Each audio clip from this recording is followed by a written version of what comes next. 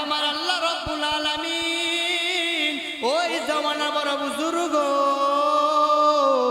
হযরত হাসান বসরি রহমাতুল্লাহি আলাইহিকে স্বপ্নে দেখায় দিলেন, এরে হাসান বসরি যাও আমার বান্দা বিসরাফিকে আমি আল্লাহর পক্ষ থেকে জান্নাতে সুসংবাদ দিয়ে দাও।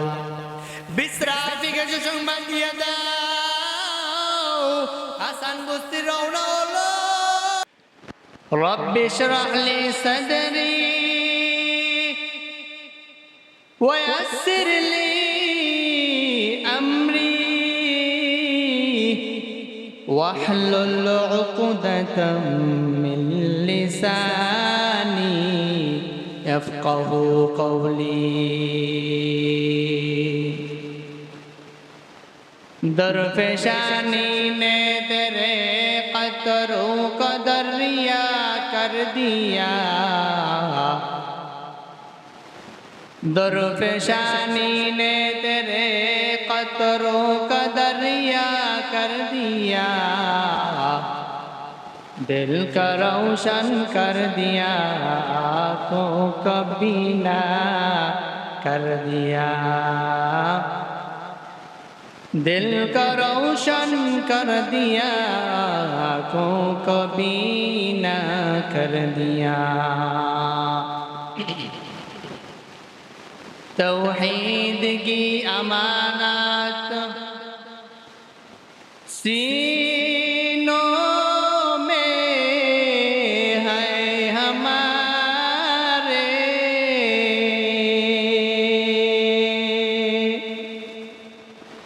آسان نہیں مٹانا نام و نشان ہمارا آسان نہیں مٹانا نام و نشان ہمارا আলহামদুলিল্লাহ দারসুল কোরআন হিফজুল মাদ্রাসার ইসলামী মাহফিল 22 ফেব্রুয়ারি রোজ শনিবার। আজকে ইসলামী মাহফিলের সম্মানিত সভাপতি, প্রধান অতিথি, বিশেষ অতিথিবৃন্দ, আল্লাহ পাকের আশিকিন, যাকিরিন, শাকিরিন, মুহিব্বিন, যে মহান রব্বুল আলামিন আমাকে আপনাদেরকে দ্বীনের মজলিসে বসা, আমাকে কিছু কথা বলার, আপনাদেরকে শ্রবণ করার জন্য তৌফিক দান করেছেন, এই জন্য শুকরিয়া আদায় করি আলহামদুলিল্লাহ।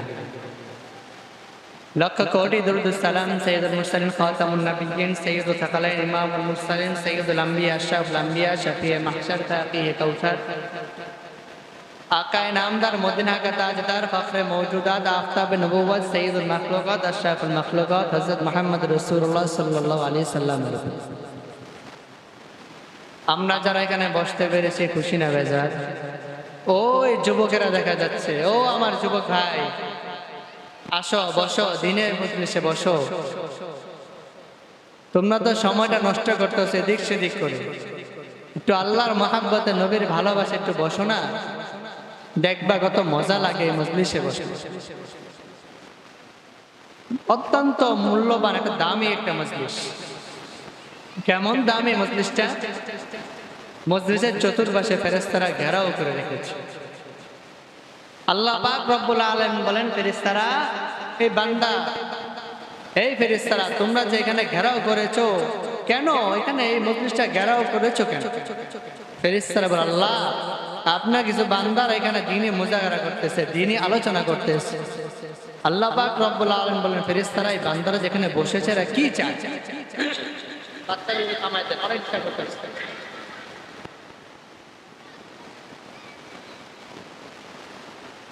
আল্লাহ পাক রব্বুল আলামিন বলেন, ফেরেশতারা, এই বান্দারা এখানে বসেছে এরা কি চায়? ফেরেশতারা বলে, আল্লাহ, আপনার এই বান্দারা জান্নাত চায়, এরা জাহান্নাম থেকে মুক্তি চায়। আল্লাহ পাক রব্বুল আলামিন বলেন, ফেরেশতারা, এরা যে জান্নাত চায়, এরা কি আমি আল্লাহর বানানো জান্নাত দেখেছে? ফেরেশতারা বলে, না, আপনার বানানো জান্নাত তারা দেখেনি। এবার আল্লাহ পাক রব্বুল আলামিন বলেন, ফেরেশতারা, এই বান্দারা যদি জান্নাত দেখতো তাহলে কি করতো?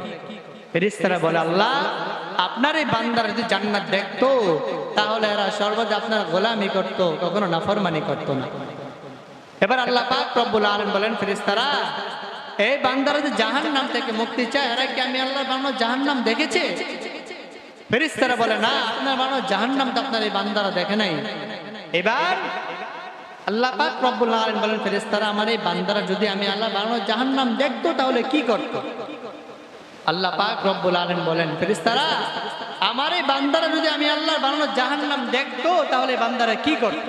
ফেরেশতারা বলে, আল্লাহ আপনার এই বান্দারা যদি আপনার বানানো জাহান্নাম দেখতো তাহলে এরা গুনাহ করতো না, আপনার নাফরমানি করতো না, নামাজ পড়তো, সর্বদা সেজদায় পড়ে থাকতো জাহান্নামের ভয়। এবার আল্লাহ তাআলা কি বলেন?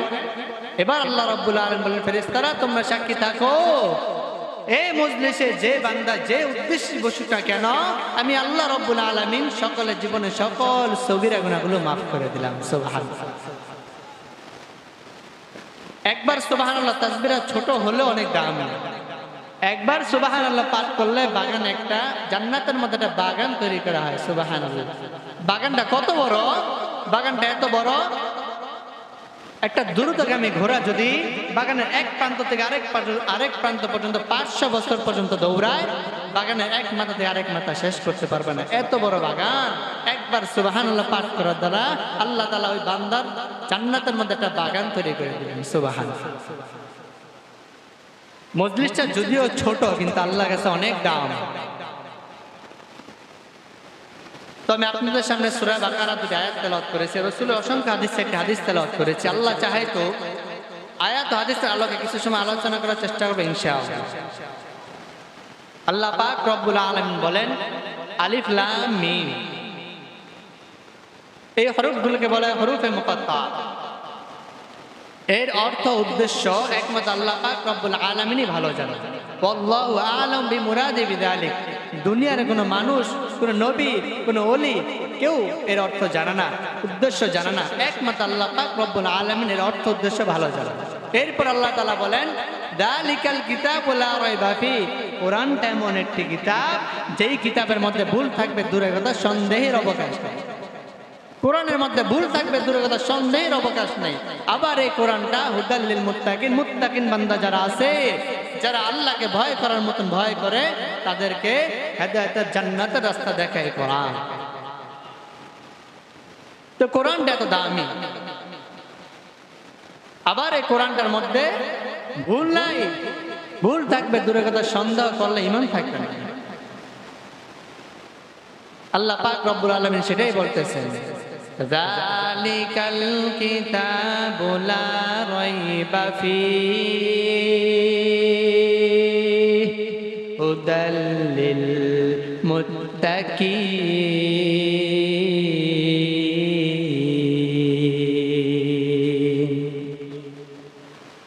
আল্লাহ পাক রব্বুল আলামিন বলেন, এই কালামুল্লাহ,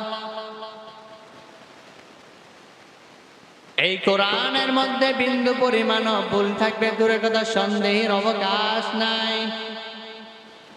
আবার এই কালামটা মুত্তাকিন বান্দা যারা আছে,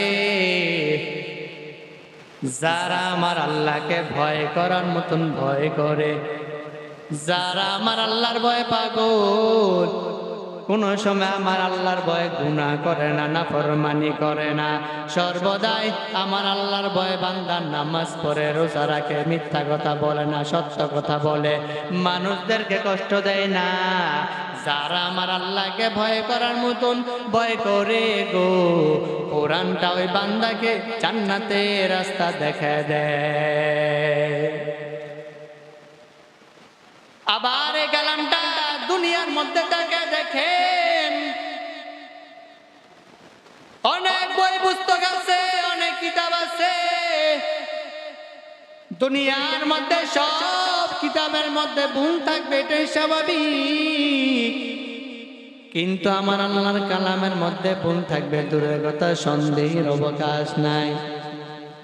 আবার এই কালামটা দুনিয়ার মধ্যে অনেক বড় বড় বেঈমান নাফরমান নাস্তিকের মুরতাদ যারা আছে, যারা আমার আল্লাহর কালামের ভুল ধরতে গিয়েছিল, ভুল ধরতে চেয়েছিল, বাংলার জমিনে কেন সারা পৃথিবীর মধ্যে যারা ভুল ধরতে গিয়েছিল, আজও পর্যন্ত কেউ ভুল ধরতে পারে নাই, কিয়ামত পর্যন্ত কেউ ভুল ধরতে পারবে না।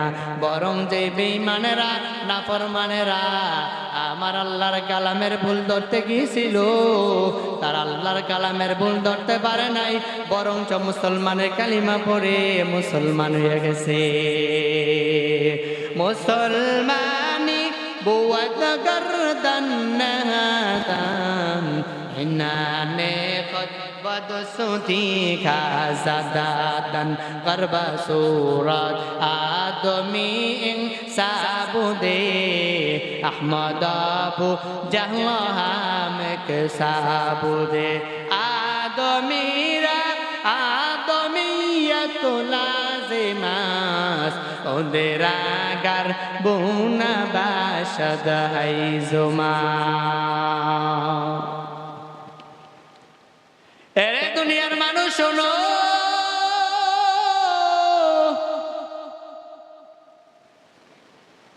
এই কোরআনটা এমন দামি কালাম, কোরআনটা যার সাথে লাগে তার দাম বেড়ে যায়। এই কোরআনটা একটা কম দামি কাপড়ের সাথে লাগার কারণে কাপড়ের দাম বেড়ে গেল।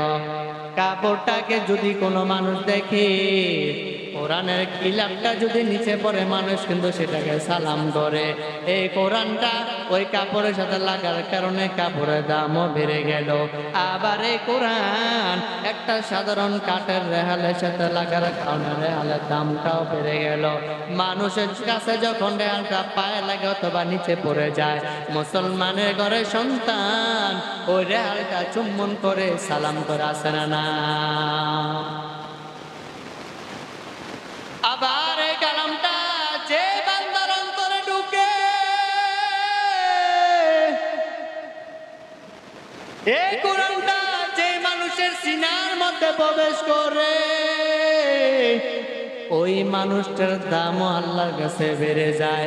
মায়ার নবী সাহাবা একরামদের বললেন, ও সাহাবা একরামরা, তোমরা কোরআন শিক্ষা গ্রহণ করো, কেননা কিয়ামতের দিন এই কোরআন তোমাকে সুপারিশ করে জান্নাতে নিয়ে যাবে। কেননা কিয়ামতের দিন এই কোরআন ওই কোরআন পাঠকারীর সামনে এসে বলবে, আমাকে চিনো কিনা বলো। ওই কোরআন পাঠকারী যে দুনিয়ার মধ্যে কোরআন তেলাওয়াত করেছে, সে বলবে, তো আমি তোমাকে চিনতে পারলাম না। কোরআন দেখে বলবে, তুমি আমাকে খুব ভালোভাবে চিনো, কারণ তুমি রাত্রে বেলা আমি কোরআনকে নিয়ে জেগে থাকতে, দিনের বেলা মানুষকে কোরআনের পথে দাওয়াত দিতে, সর্বহালতে তুমি কোরআন তেলাওয়াত করতে। ওই বান্দা বুঝে ফেলবে ইনি হলেন ওই কোরআন। এবার কোরআন আল্লাহর কাছে ডাক দিয়ে বলবে, ও মালিক, এই কোরআন পাঠকারীকে ডানাতে আমলনামা দিয়ে দেন। আল্লাহ রাব্বুল আলামিন কোরআনের সুপারিশ গ্রহণ করে ওই বান্দার ডানাতে আমলনামা দিয়ে দিবে। এবার আমার আল্লাহ ডাক দিয়া বলবেন, ওরে ফেরেশতারা তাকায় দেখ, কোরআন পাঠকারী বাবা মা যখন দুনিয়া ছেড়ে চলে গেছে, তারা যখন কবরে চলে গেছে, তাকায় দেখো এরা ইমানদার অবস্থায় গেছে না বেঈমান অবস্থায় গেছে। ফেরেশতারা ডাক দিয়া বলবে, আল্লাহ, এ কোরআন পাঠকারী বাবা মা যখন দুনিয়া ছেড়ে চলে গিয়েছিল, এরা ইমানদার অবস্থায় কবরে গেছে, বেঈমান অবস্থায় যায় নাই। আমার আল্লাহ ডেকে বলবেন, ও ফেরেশতারা, এই কোরআন পাঠকারী বাবা মাকে কবরের মধ্যে অনেক দামি পোশাক পরিধান করে দাও। ফেরেশতারা যখন ওই বান্দার বাবা মার কবরে যাওয়া, কবরের বাবা মাকে যখন দামি পোশাক পরিধান করানো হবে, বাবা মা পোশাক পরিধান করে আশ্চর্য হয়ে যাবে আর বলবে, এত দামি মূল্যবান পুরস্কার কোথা থেকে আসলো? আমার আল্লাহ ডাক দিয়ে বলবেন, ও সন্তানের পিতা মাতা শুনো, সন্তানকে কোরআন শিখাইছিলা, আজকে তোমার সন্তান মাদ্রাসায় গিয়ে কোরআন শিখেছে, কোরআন পড়েছে, কোরআন অনুযায়ী আমল করেছে, কোরআন শিখেছে, কোরআনকে মহাব্বত করেছে। আজকে তোমার সন্তানকে কোরআন যখন সুপারিশ করছে, তোমার সন্তানকে কোরআনের উসিলায় জান্নাতে আমলনামা দিয়ে দিছি, মাফ করে দিছি। এর বদৌলতে তোমার বাবা মাকে, ওই সন্তানের বাবা মাকেও এমন দামি পোশাক পরিধান করায় দিছি। পোশাকটা কত দামি পোশাক, পোশাকটা এত দামি পোশাক, বর্তমান দুনিয়ার চেয়ে 2-4টা দুনিয়ার চেয়ে মূল্য দামি পোশাক পরিধান করানো হবে বাবা মাকে। আজকে সন্তানের বদৌলতে আল্লাহ পাক রব্বুল আলামিন পরকালে বাবা মাকে এত মূল্যবান দামি পোশাক পুরস্কার দান করবে।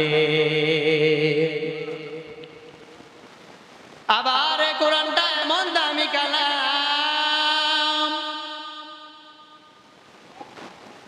কোরআনের একটাকে সম্মান করার কারণে, মর্যাদা করার কারণে আল্লাহ রাব্বুল আলামিন ওই বান্দার দামও বাড়ায় দিয়েছেন। বিসরাফি নামক আল্লাহর এক বান্দা, যুবক, প্রতিদিন মদ পান করে, প্রতিদিন মদ পান করার জন্য বন্ধুদের সাথে গিয়ে মদ পান করে, আড্ডা দেয় আর মদ পান করে। যখন উনি বাসা থেকে মদ পান করার জন্য রাস্তা দিয়ে হাঁটতেছে, তাকে দেখে রাস্তার মধ্যে একটা কাগজ, তার মধ্যে কোরআনে কিছু আয়াত লেখা। বিসরাফি কাগজটা গাতে নিয়ে, কাগজের মধ্যে কিছু ময়লা ছিল, ধুলাবালি ছিল, ময়লাগুলো মুছে বিসরাফি তাকে চুম্বন করে উঁচু স্থানে রেখে চলে গেলেন। উঁচু স্থানে রেখে চলে যাওয়ার পর বিসরাফি মদের আড্ডা কানে যায়। আমার আল্লাহ রাব্বুল আলামিন ওই জামানা বড় বুজুর্গ হযরত হাসান বসরি রহমাতুল্লাহি আলাইহিকে স্বপ্নে দেখায় দিলেন, এরে হাসান বসরি, যাও আমার বান্দা বিসরাফিকে আমি আল্লাহর পক্ষ থেকে জান্নাতে সুসংবাদ দিয়ে দাও। বিসরাফিকে সুসংবাদ দিয়ে দাও। হাসান বসরি রওনা হলো বিসরাফিকে সুসংবাদ দেওয়ার জন্য। হাসান বসরি রহমাতুল্লাহ আলাইহি যখন বিসরাফির মদের আড্ডাখানায় যায়, অন্যান্য যুবকেরা ডেকে বলে, হযরত আপনি গুনার পরিবেশে কেন আসছেন? হযরত আপনি গুনার পরিবেশে কেন আসছেন? এইখানে আপনার পরিবেশ না। হযরত ডেকে বলে, হাসান বসরি রহমাতুল্লাহ আলাইহি ডেকে বলে, ও যুবকেরা বলো বিসরাফি কই? আমি তো আমার অর্ডার আসি নাই, আমার আল্লাহ আমাকে পাঠাইছে, বলো বিসরাফি কোথায়, বিসরাফিকে নিয়ে যাব। যুবকেরা ডাক দিয়ে বলে, ওই রুমে গিয়ে দেখেন বিসরাফি মাতাল অবস্থায় শুয়ে আছে, বিসরাফি মাতাল অবস্থায় পড়ে আছে। এবার যখন হাসান বসরি রহমাতুল্লাহ আলাইহি বিসরাফিকে তার দরবারে নিয়ে যায়, দরবারে নিয়ে যাওয়ার পর ডাক দিয়ে বলে, বিসরাফি কি এমন আমল করেছো যে আল্লাহ তোমার উপর সন্তুষ্ট হয়ে গেছে? বিসরাফি কান্না করে, ও আল্লাহর ওলি, আমি গুনাহ আমল করি নাই, জীবনে আমি মদ পান করেছি, গুনাহ করেছি, জীবনে কোনো আমল আমি করি নাই। এবার যখন হাসান বসরি রহমাতুল্লাহ আলাইহি বললেন, বিসরাফি বলো কি এমন ভালো কাজ করেছো? বিসরাফি চোখের পানি ছেড়ে বলে, হযরত যখন আমি মদ পান করার জন্য যাই, রাস্তার মধ্যে দেখলাম একটা কাগজের টুকরা, ওই কাগজের মধ্যে আল্লাহর কালাম লেখা। কাগজটাকে মুছে চুম্বন করে আমি উঁচু স্থানে রেখে মদের আড্ডাখানে চলে গেলাম। হাসান বসরি ডাক দিয়ে বলে, এ বিসরাফি, ওই কালামুল্লাহর কাগজটাকে তুমি সম্মান করেছো, কাগজটাকে সম্মান করার কারণে আমার আল্লাহ তোমার সম্মান বাড়ায় দিয়েছে। ওই কাগজটার মধ্যে তুমি ধুলাবালিগুলো মুছে দিয়েছো, যখন ধুলাবালিগুলো মুছে দিয়েছো আমার আল্লাহ রব্বুল আলামিন ওই ধুলাবালি মুছার বরকতে তোমার গুনাহগুলো মুছে দিয়েছেন। हकीकत से तो दुनिया बेखबर है, दुनिया की नुमाइश पर नजर है। नमी गोयम कि अज दुनिया जुदा बाश बहर कारे के बाशी बा खुदा बाश, जिसे दे दुनिया अज खुदा बिलबुदाम मैं कमाशो नकराहो पर जिंदोजन आब दर कश्ती हालाके कश्तियास आब अंदर जीरे कश्ती पुष्टियास। खराब लगता सपना दे जिंदगी में बंदगी तो करना है, जिंदगी में बंदगी शर्मिंदा है, जिंदगी में बंदगी शर्मिंदा है। दुनिया में हो दुनिया का तौलबगार न हो,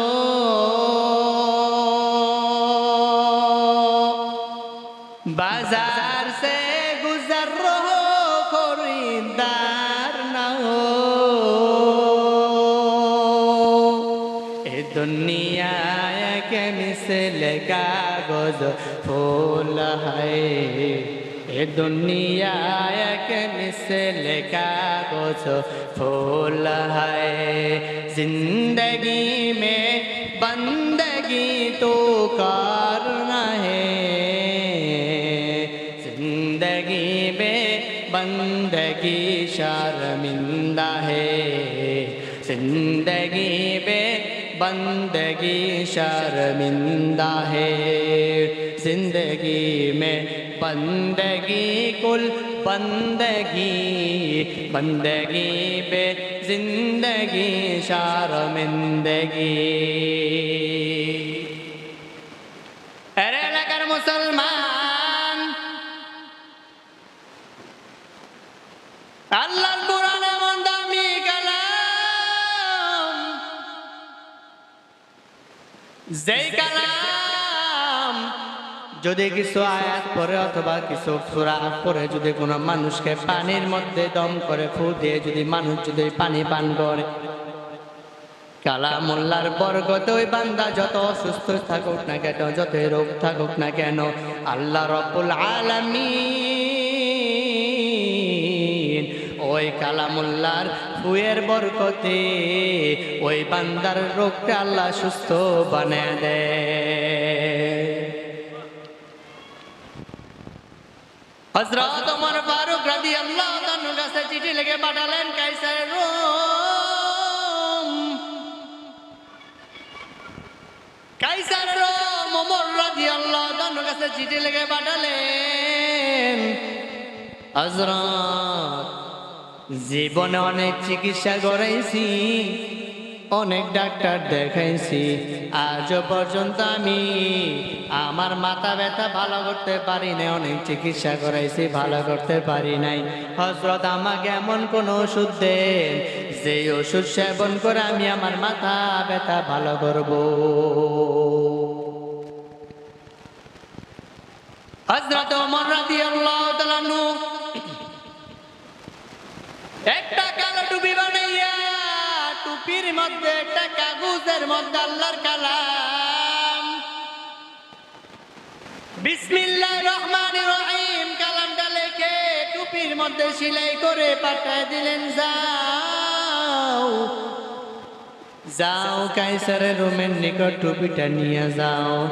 কায়সারের রোম টুপিটা যখন পাইল, টুপিটা পেয়ে যখন মাথায় পরিধান করল, সঙ্গে সঙ্গে 100 দিনের মাথা ব্যথা ভালো হইয়া গেছে।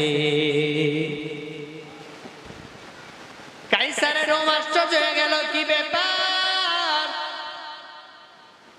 এই টুপির মধ্যে কি রহস্য রয়েছে গো? কাইসারের রূপ টুপির মধ্যে খুঁজতেছে, খুঁজতে খুঁজতে তাকায় দেখে এক পাশে সেলাই করা একটা কাগজ।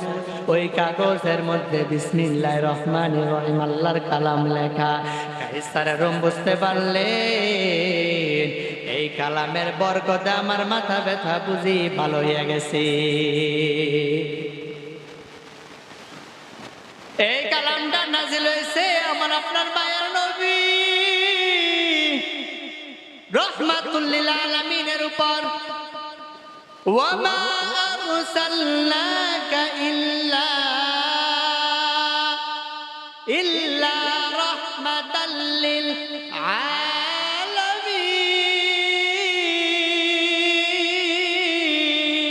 আলামিন।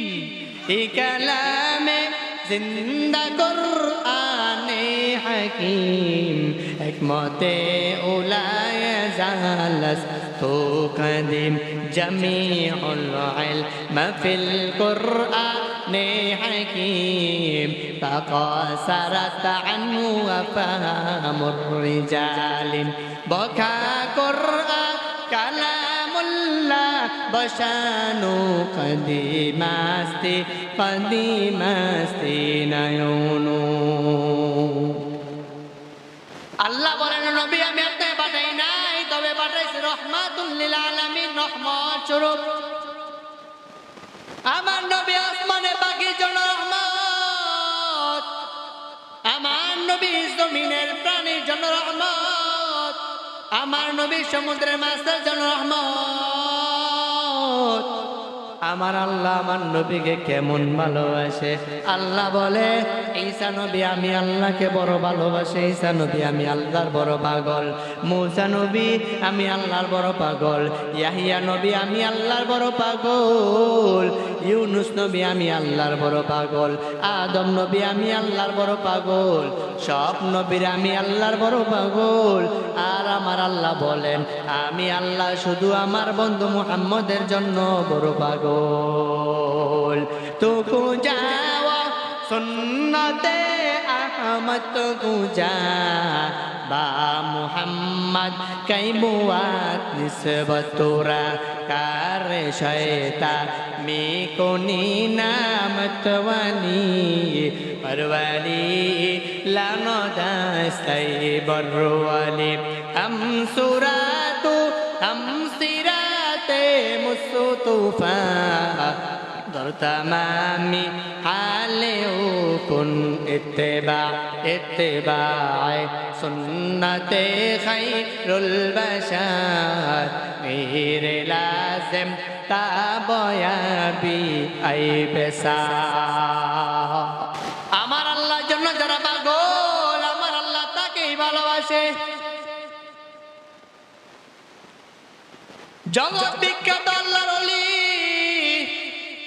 মালিক ইবনে দিনার রাহমাতুল্লাহি আলাইহি একদিন রাস্তা দিয়ে হাঁটতেছে, হাঁটতে হাঁটতে যখন সামনের দিকে আগায় যায় দেখে একটা নদী পড়ে, সামনে নদী পড়ে যায়। মালিক ইবনে দিনার তার পকেটে টাকা নাই, পয়সা নাই, তিনি টেনশনে পড়ে যান। নৌকাওয়ালা তো আমাকে টাকা ছাড়া পার করবে না, মানুষ তো সবাইকে টাকা দিয়ে পার করবে। মালিক ইবনে দিনার টেনশনে পড়ে যান, আমাকে তো ওই বান্দার টাকা ছাড়া পার করবে না, কিভাবে পার হব?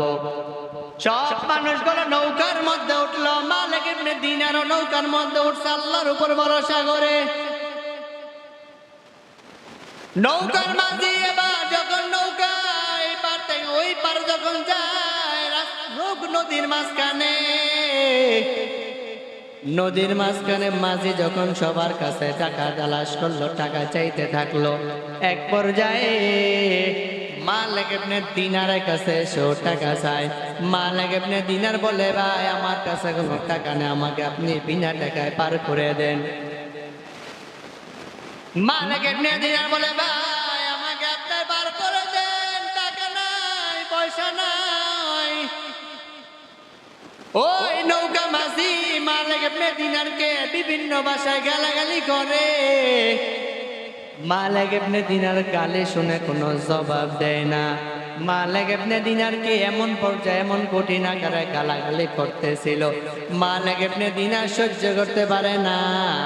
মালিক ইবনে দিনার সহ্য করতে না পেরে আল্লাহর কাছে বিচার দিয়ে দিল, ও আল্লাহ, তাকে দেখো, তোমার গোলামি করি আজ আমার টাকা নাই, পয়সাও নাই, এই নৌকার মাঝি আমাকে খারাপ ভাষায় গালাগালি করতেছে, আল্লাহ তোমার কাছে বিচার দিলাম। আমার আল্লাহ ডেকে বলে, ও নদীর মাছেরা, ওই দেখ মালিক ইবনে দিনারকে অপমান করেছে টাকার জন্য, পয়সার জন্য। ও নদীর মাছেরা, মুখে করে একটা স্বর্ণের টাকা নিয়ে যাও। সব মাছেরা একটা করে স্বর্ণের টাকা নিয়ে যায়। যখন নৌকার মাঝির সামনে হাজির হইয়া গেল মাছগুলো, নৌকাওয়ালা বুঝে ফেললো, ভয় পেয়ে বুঝে ফেললো, হুজুর আপনি বড় মানুষ, আপনি আল্লাহওয়ালা মানুষ, আপনার সাথে বেয়াদবি হয়ে গেছে, আর ভুল করবো না, মাফ করে দেন। নৌকাওয়ালা যখন হযরতের কাছে ক্ষমা চাইলো, আল্লাহর ওলি মালিক ইবনে দিনার ওই বান্দাকে সঙ্গে সঙ্গে মাফ করে দিলে। মালিক ইবনে দিনারকে এবার টাকা ছাড়াই পার করে দিল। মালিক ইবনে দিনার এবার টাকা ছাড়া যখন পার হয়ে যখন হাঁটতেছে,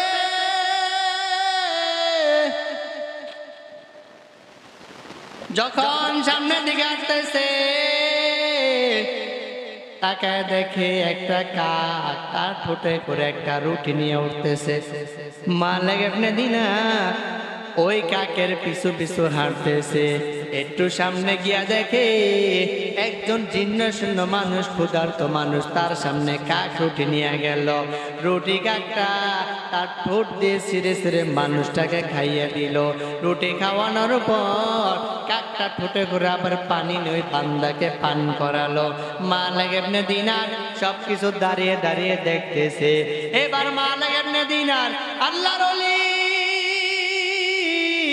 ওই বান্দার সামনে হাজির, ডাক দিয়ে বলে, ও আল্লাহর বান্দা, এই কাকটা তোমাকে খাওয়াইলো, এই কাকটা তোমাকে পানি পান করাইলো, কি অবস্থা, তুমি এখানে কেন আসো?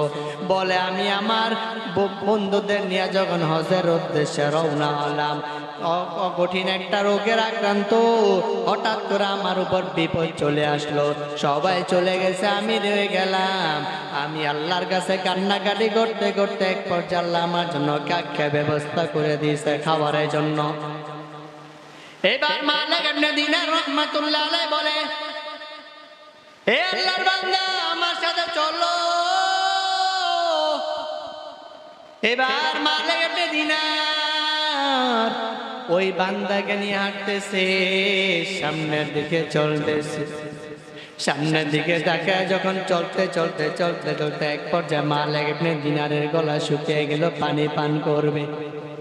পানি পান করার জন্য খুব খুঁজতেছে, তাকায় দেখে দূরে একটা কূপ, ওই কূপ থেকে হরিণগুলো পানি পান করতেছে। মালিক ইবনে দিনার আল্লাহর ওলি চুপ করে দাঁড়িয়ে রইল। হরিণগুলো যখন পানি পান করে চলে যাবে, এরপর মালিক ইবনে দিনার পানি পান করবে। মালিক ইবনে দিনার অপেক্ষা করতেছে, হরিণগুলো চলে যাওয়ার পর মালিক ইবনে দিনার পানি পান করবে। এবার মালিক ইবনে দিনার তাকে দেখলো, হরিণগুলো পানি পান করে চলে গেছে। মালিক ইবনে দিনার কূপ থেকে পানি ওঠানোর জন্য বালতি রশি তালাশ করলো, আশেপাশে একটা পাত্র পাইলো, রশি পাইলো। মালিক ইবনে দিনার এবার পাত্র রশি দিয়ে পানি যখন উঠাইলো, পানি পান করবে, এমন সময় ভিতর থেকে একটা প্রশ্ন জাগ্রত হলো, কি ব্যাপার, হরিণগুলো পানি পান করলো, হরিণগুলোর জন্য কোনো বালতি রশি লাগলো না, আমি মালিকের জন্য বালতি রশি কেন লাগলো? মালিক ইবনে দিনার যখন প্রশ্ন ভিতর থেকে বের হইছে, আমার আল্লাহ ডাক দিয়ে বলে, মালিক, তুমি যদি বালতি রশির উপর ভরসা না করে আমি আল্লাহর উপর ভরসা করতি, ওই তাকায় দেখ হরিণগুলো আমি আল্লাহর উপর ভরসা করেছে, এই জন্য আমি আল্লাহ তাদের মুখে পানি পৌঁছায় দিয়েছি। আর মালিক তুই যদি আমি আল্লাহর উপর ভরসা করতি, ওই বালতির রশি ছাড়া যদি আমি আল্লাহর উপর ভরসা করতি, আমি আল্লাহ তোমার মুখে পানি পৌঁছে দিতাম। সোবতে লে তোরা লে কোনা সোবতে লে তোরা লে কোনা এক জমানা সোবতে বা আউলিয়া তারা जो सात सालों तो अतबेरिया मैले मोमेन सोये मोमेन मिशवात मैले काफिर सोये काफिर मिशवात। আল্লাহর ওলি আল্লাহর পাগল আর আমার আপনার মায়ের নবী রাহমাতুল লিল আলামিন। কথা বলতেছিলাম ওই আল্লাহর কালাম কেমন দামি কালাম, এই কালামটা আমার আল্লাহ তার মায়ের নবীর উপর নাজিল করেছেন। কেমন মায়ের নবী আমার, বেঈমানেরা আমার নবীকে কম কষ্ট দেয় নাই। উহুদের ময়দানে আমার নবীর দান দান মুবারক শহীদ করেছে, তায়েফের ময়দানে আমার নবীর শরীর মুবারক থেকে রক্ত ঝরিয়েছে। বেঈমানেরা আমার নবীকে কম কষ্ট দেয় নাই, আমার নবী কান্না করেছে। তায়েফের ময়দানে যখন দিনের দাওয়াত নিয়ে যায়, আমার নবী যখন দিনের দাওয়াত দেয় মানুষদের ধারে ধারে, ওই এলাকার মানুষগুলো বলে যুবকদেরকে লেলিয়ে দিল, মুহাম্মদকে যেইখানে দেখবে সেইখানে তোমরা পাথর নিক্ষেপ করবা। ওই যুবকেরা আমার নবীকে চিনল না, আমার নবীকে রক্তাক্ত করেছে। বিন্দু পরিমাণ আমার নবী বদদুয়া দেয় নাই। আল্লাহ বলে জিবরিল যাও আমার বন্ধুকে সাহায্য করো। জিবরিল ডেকে বলে নবী আপনি শুধু অনুমতি দেন, আমি জিবরাইল এই তায়েফবাসীকে জীবনের জন্য ধ্বংস করে দিব। আমার আপনার মায়ের নবী বলে না রে না জিবরাইল না না, আমার এই বান্দা আমার এই উম্মতদেরকে ধ্বংস করা যাবে না, এরা আমার উপর ঈমান আনে নাই। হতে পারে আমার উম্মতদের কাছে সাহাবীদের কাছে আর ঈমান আনবে, এদেরকে ধ্বংস করিও না। এত কষ্ট দেওয়ার পরেও আমার মায়ের নবী ওই বেঈমান কাফেরদের উপর আক্রমণ করে নাই, কোনো কষ্ট দেয় কোনো কিছু করার নাই। কেমন মায়ের নবী আমার মায়ের নবী, দুনিয়াতে আসার আগে বাবা হারায় এতিম হয়ে গেলেন। আমার নবীর বয়স যখন 6 বছর, মায়ের নবী মা হারায় জীবনের জন্য এতিম হয়ে গেলেন। একদিন ময়দানে বাচ্চারা খেলা করে, সন্তান যখন যায় সব সন্তানদের বাবার এসে সন্তানদের নিয়ে যায়। আমার নবী একবার ডানে তাকায় একবার বামে তাকায়, সব সন্তানদের বাবা আসলো, আমার বাবা আমায় কেন নিতে আসে না? মায়ের নবী আব্বা আব্বা বলে কান্না করে। নবীজির মা দৌড়ে এসে বলে মুহাম্মদ তুমি কেন কান্না করো? মায়ের নবী বলে মা বলো আমার বাবা কোথায়? সব মানুষগুলো বাবাকে বাবা বলে ডাক দিতে পারে গো, ও মা বলো আমার বাবা কই? আমিনা ডেকে বলে মুহাম্মদ তুমি যখন দুনিয়াতে আসছো, দুনিয়াতে আসার আগে তোমার বাবা চলে গেছে। মায়ের নবী ডেকে বলে মা বলো বাবার কবর কই? বাবাকে একটু দেখতে পারি নাই, তবে বাবার কবরটা দেখতে মনে চায়। মায়ের নবীর মা নবীজির দাদা আব্দুল মুত্তালিবের কাছে গিয়া বলে ও আব্বাজান, আপনার নাতি মুহাম্মদ আপনার সন্তান আব্দুল্লাহর কবর দেখবে। ও আব্বা মুহাম্মদকে তার বাবার কবর দেখে নিয়ে আসবো। আব্দুল মুত্তালিব একটা উট এবং নবীজির মা রওনা হলো, সঙ্গে উম্মে আইমান বাদিও রওনা হলো। মায়ের নবী তার বাবার কবর দেখবে, শাম দেশে যাচ্ছে। শাম দেশে যাওয়ার পর মায়ের নবীর মা ডেকে বলে, মুহাম্মদ, ওই যে দূরে একটা গাছ দেখা যায়, ওই গাছের নিচে তোমার বাবার কবর। মায়ের নবী উঠ থেকে নেমে কবরটা জোরে বাবা বাবা বলে কান্না করে। আমার মায়ের নবীর কান্না দেখে আসমানও কাঁদে, জমিনও কাঁদে। আমার আল্লাহ বলেন, ফেরেশতারা, ও জিবরাইল যা আমার বন্ধুর কান্না থামায় দাও, কেননা আমার বন্ধু মুহাম্মদের কান্না আমি আল্লাহ সহ্য করতে পারি না। বেঈমানরা চিন্তা করেছে মায়ের নবীকে দুনিয়া ছেড়ে বিদায় করে দিবে। ঘরের চতুর্পাশে বেঈমানরা মায়ের নবীকে দুনিয়া ছেড়ে বিদায় করে দিবে। মায়ের নবী আল্লাহর উপর ভরসা করতেছে। আল্লাহর উপর ভরসা করে আল্লাহ বলেন, ও নবী আপনার টেনশন করবেন না, কান্না করবেন না, আমি আল্লাহ আপনার জন্য যথেষ্ট, টেনশন করবেন না। মায়ের নবী রাহমাতুল লিল আলামিন কান্না করার বলে, আল্লাহ, এই বেঈমানরা আমার ঘরের চতুর্পাশে হাজির হয়ে গেছে, আমাকে দুনিয়া ছেড়ে বিদায় করে দিবে, এরা প্ল্যান করেছে। আমার আল্লাহ বলে, ও বন্ধু টেনশন করিও না, তুমি এক মুঠি বালি হাতে নাও, এক মুঠি বালি হাতে নিয়ে সূরা ইয়াসিনে কিছু আয়াত পরে দম করে ছিটিয়ে দাও। মায়ের নবী আল্লাহর অর্ডার পাইয়া যখন এক মুঠি বালি হাতে নিয়ে যখন পড়া শুরু করলো, বিসমিল্লাহির রহমানির রহিম, ইয়াসিন ওয়াল কুরআনিল হাকীম ইন্নাকা লামিনাল মুরসালিন আলা সিরাতিম মুস্তাকিম। মায়ের নবী এক মুঠি বালি হাতে নিয়ে যখন সূরা ইয়াসিন কিছু আয়াত পরে দম করে ছিটিয়ে দিল, বালিগুলো বেঈমানদের চোখের মধ্যে ঢুকে গেল। বেঈমানরা চোখ জ্বলতেছে, মায়ের নবী নিরাপদে বেরিয়ে গেল। আমার মায়ের নবীকে বেঈমানরা অনেক কষ্ট দিয়েছে।